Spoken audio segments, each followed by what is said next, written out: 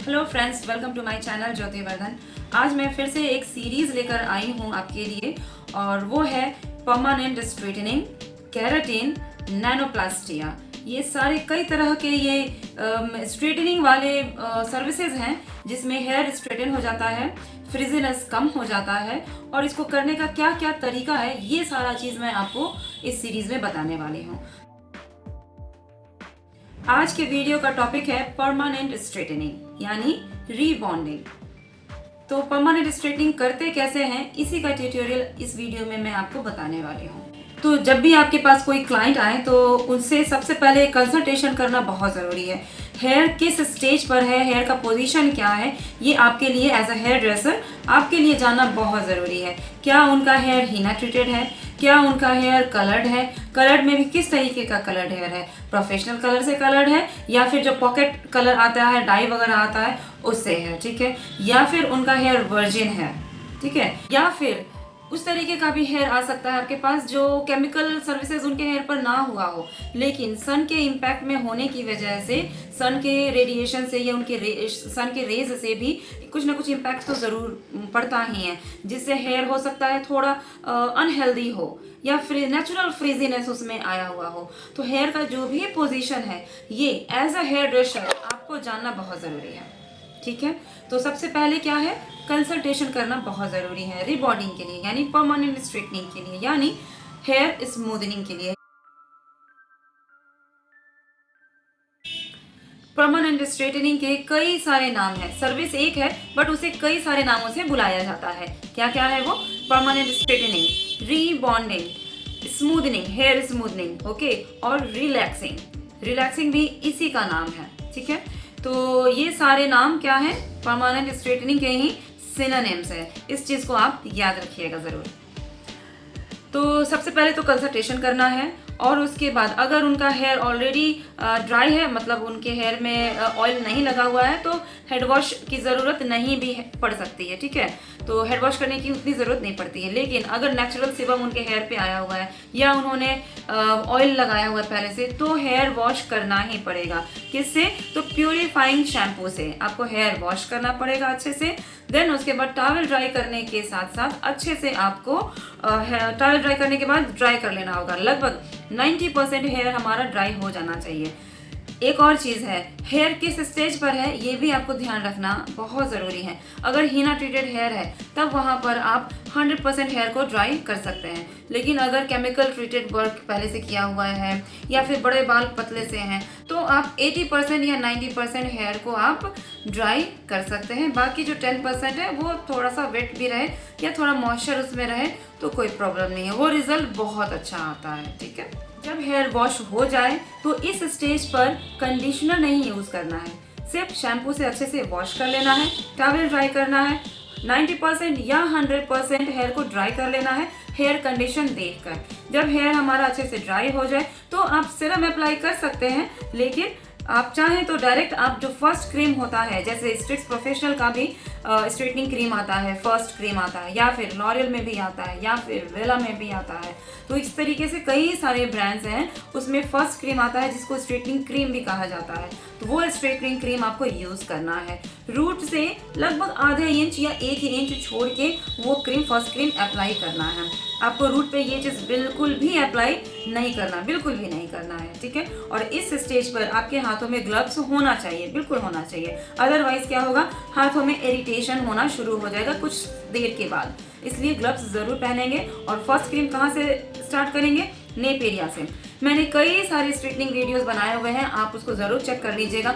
एक आध के वीडियो का लिंक मैं ज़रूर इसके डिस्क्रिप्शन बॉक्स में मैं शेयर कर दूंगी, ठीक है। जब आप अच्छे से स्ट्रेटनिंग क्रीम लगा देंगे, नेप एरिया से स्टार्ट करेंगे और लगभग 1 इंच का आपको सेक्शन पिक करना है। 1 इंच से ज़्यादा का सेक्शन नहीं होना चाहिए, 1 इंच का सेक्शन पिक करना है और अच्छे से उसको स्प्रेड करना है पूरे हेयर में और उसको रेस्टिंग टाइम के लिए छोड़ देना है। जब पूरे हेयर पे हो जाए तो लगभग 45 मिनट का मिनिमम टाइम आपको छोड़ना है। अगर हीना ट्रीटेड हेयर है तो 45 मिनट से ज़्यादा का भी समय लगता है, 1 से 1.5 घंटे भी लगते हैं। ये डिपेंड करता है प्रीवियस हेयर कंडीशन पे। अगर हेयर बहुत पतला है बहुत ज़्यादा, तो 45 मिनट में भी रखने की ज़रूरत ना पड़े। हो सकता है कि 20-25 मिनट या ज़्यादा से ज़्यादा 30 मिनट के अंदर ही वो डेवलपिंग फेज कंप्लीट हो जाए, तो आपको वहाँ पर वॉश करना पड़ेगा। ठीक है, तो इट मीन्स कि यहाँ पर आपको विजुअल चेकिंग करनी पड़ेगी। विजुअल चेकिंग मतलब आपको वहाँ पर चेक करते रहना होगा कि कहाँ पर हमारा हेयर डन हो गया है, वो जो फर्स्ट क्रीम है उसका जो डेवलपिंग टाइम है वो कहाँ तक हो चुका है। और कैसे चेक करना है, एक हेयर स्टैंड लेंगे और उसको इस तरीके से अपनी तरफ पुल करेंगे और फिर छोड़ेंगे। जैसे ही छोड़ेंगे तो उस हेयर स्टैंड में स्पाइरल बॉन्ड्स क्रिएट होगा, स्पाइरल वो अपने आप वो स्पाइरल बनने लगेगा। अगर वो बीच से टूट जाता है तो इट मीन्स कि अभी भी उसको रेस्टिंग टाइम देने की ज़रूरत है। अगर वो ऐसे खींचने पर, फिर से छोड़ने पर अगर वो फिर वापस अपनी जगह पे आ जाता है तो इट मीन्स कि अभी भी उसको छोड़ने की थोड़ी सी ज़रूरत है। या फिर जितना, जैसे कि अगर हम उसको खींचते हैं लेकिन वो टूटता नहीं है बट वो खींचता चला जाता है, तो इट मीन्स कि वो डन हो चुका है, रेस्टिंग टाइम डन हो चुका है। और जैसे ही हम लोग उसको छोड़ेंगे तो वो स्पाइरल फॉर्म में आ जाएगा। जब इस तरह से स्पाइरल आपको दिखने लगे हेयर स्टैंड में, तो इट मीन्स कि हेयर डन हो चुका है और उसको तुरंत फिर वॉश की ज़रूरत है, तो हम लोग वॉश के लिए जाएंगे। इस स्टेज पर सिर्फ नॉर्मल वाटर से आपको वॉश करना है, या फिर अगर ठंडी का समय है तो ल्यूक वार्म वाटर आप यूज़ कर सकते हैं। और इस स्टेज पर आपको शैम्पू नहीं करना है। कंडीशनर आप यूज़ कर सकते हैं, कंडीशनर, या फिर जो मास्क आता है मास्क आप चाहें तो यूज़ कर सकते हैं, बट शैम्पू का इस्तेमाल आपको बिल्कुल नहीं करना है। जब वॉश हो जाए तो फिर से बहुत ख्याल से, बहुत प्यार से, बहुत हल्के हाथों से आपको यहाँ पर टॉवल ड्राई करना है। टॉवल ड्राई करने के बाद 100% यहाँ पर आपको ड्रायर से ड्राई करना है हेयर को, 100% यहाँ पर ड्राई होना चाहिए। या फिर अगर बहुत ज़्यादा पतले हेयर हैं प्रीवियसली, ठीक है, तो आप 90% हेयर को ड्राई कर सकते हैं और लगभग 10% आप चाहें तो वेट छोड़ सकते हैं। ठीक है, लेकिन अक्सर हिना ट्रीटेड हेयर आता है तो वहाँ पर फिर 100% हेयर को ड्राई करना ही पड़ता है। ओके, जब हेयर हमारा ड्राई हो जाए तो अब इस पर क्या करना है, हमें आयरनिंग करनी है, यानी स्ट्रेटनर से स्ट्रेटन करना है, यानी कि हमें शेप चेंज करना है। ठीक है, जो भी हम शेप क्रिएट करेंगे वही शेप परमानेंट स्ट्रेटनिंग कहलाता है। ठीक है, इस चीज़ को आप अच्छे से समझ रहे होंगे। तो जैसे हेयर हमारा ड्राई हो गया तो इस स्टेज पर सीरम ज़रूर लगाना चाहिए। तो सीरम लगाए बगैर अगर आप स्ट्रेटनर चलाएंगे तो थोड़ा सा बर्निंग इशू आ सकता है, इसलिए बेहतर है कि आप सेफ साइड लेकर चलें। तो सीरम बहुत अच्छी क्वांटिटी में पूरे हेयर पे आपको अप्लाई करना है और देन उसके बाद आप स्ट्रेटनर चलाएंगे, अच्छे से उसको हीट करेंगे, बहुत ज़्यादा हीट भी नहीं, लगभग 200 या 210 के बीच का जो टेम्परेचर होता है वो आप रख सकते हैं। 210 किसके लिए होगा, 210 होगा हिना ट्रीटेड वाले हेयर के लिए होगा, और बाकी वाले जैसे केमिकल ट्रीटेड है या फिर नॉर्मली जो थिन हेयर होता है उसके लिए आप कम रख सकते हैं, 205 तक भी रख सकते हैं। उससे ज़्यादा फिर रखेंगे तो फिर प्रॉब्लम आएगी। ठीक है, तो जब आप हेयर स्ट्रेटन हो जाए अच्छे से, उसके बाद आपको क्या करना है, लगभग 5 से 10 मिनट तक का आपको रेस्टिंग टाइम फिर से देना है। क्यों, क्योंकि हेयर हमारा उस वक्त गर्म रहता है। फिर रेस्टिंग टाइम देने के बाद ही सेकेंड क्रीम का एप्लीकेशन होगा।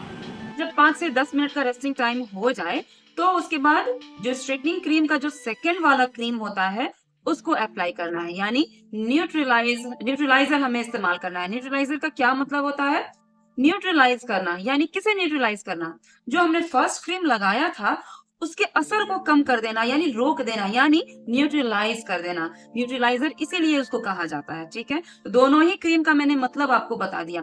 फर्स्ट क्रीम का क्या मतलब है, स्ट्रेटनिंग करना, मतलब उसके शेप को चेंज करके स्ट्रेटन फेज में लाना, और उस प्रोडक्ट को न्यूट्रलाइज करने का क्या मतलब है, न्यूट्रलाइजर से न्यूट्रलाइज कर देना, यानी जो शेप हमने दिया है उसी शेप में वो न्यूट्रलाइज भी हो जाएगा और वो फिक्स भी हो जाएगा। देन लास्ट रिजल्ट में हमारा हेयर कैसा दिखता है, परमानेंट स्ट्रेटन दिखता है। तो उसको कैसे अप्लाई करना है, पूरे हेयर को अच्छे से सेट करना है और देन उसके बाद फिर से नेप एरिया से स्टार्ट होगा और न्यूट्रलाइजर क्रीम हमें बाउल ब्रश में रख के ब्रश की मदद से अच्छे से पूरे हेयर पे लगाना है। नेप एरिया से ये भी स्टार्ट होगा, बट यहाँ पर आप थोड़े मोटे मोटे सेक्शन ले सकते हैं, मतलब 1 इंच से आप ज्यादा भी ले सकते हैं, क्योंकि जो न्यूट्रलाइजर क्रीम होता है वो थोड़ा लिक्विडी ज्यादा होता है और वो जो फर्स्ट क्रीम होता है वो थोड़ा गाढ़ा होता है। तो जो गाढ़ा जब भी कोई क्रीम होता है उसमें सेक्शन हमें पतले लेने पड़ते हैं, और अगर कोई क्रीम थोड़ा सा लिक्विड ज्यादा है, वो थोड़ा पतला है, थिकनेस उसकी कम है, तो आप सेक्शन ज्यादा भी ले सकते हैं, थिक सेक्शन आप ले सकते हैं। ये क्रीम को पहचानने का तरीका है। ठीक है, तो न्यूट्रलाइजर अच्छे से आपने लगा लिया और पूरे ही हेयर पे आपको लगाना है और पीछे से स्टार्ट करते हुए आगे की तरफ आना है और सारे हेयर हमारे कहाँ जाएंगे, पीछे की तरफ जाएंगे। एक ही जगह सारे हेयर को लेकर जाना है, कोम की मदद से एक जगह पे आपको लाकर प्रेस कर देना है, तह पे तह लगाना है, एक के ऊपर एक के ऊपर एक, इस तरीके से, और सारा एक ही पोजीशन पे हेयर रहेगा। कितनी देर के लिए? लगभग 15 से 20 मिनट के लिए। 20 मिनट मैं उनके लिए कह रही हूँ जिनका हेयर हीना ट्रीटेड हेयर है या फिर उनका हेयर बहुत ज़्यादा थिक है, मोटा है, तो उनमें 20 मिनट का समय लग सकता है। लेकिन जिनके हेयर ऑलरेडी केमिकल ट्रीटेड थे या फिर पतले थे तो उनका 15 मिनट में भी हो सकता है, न्यूट्रलाइज हो सकता है। तो जब एक बार न्यूट्रलाइज हो जाए तो उसको नॉर्मली वॉश कर लेना है। किससे? नॉर्मल वाटर से। इस स्टेज पर भी शैम्पू नहीं होगा, बस मास्क अप्लाई होगा।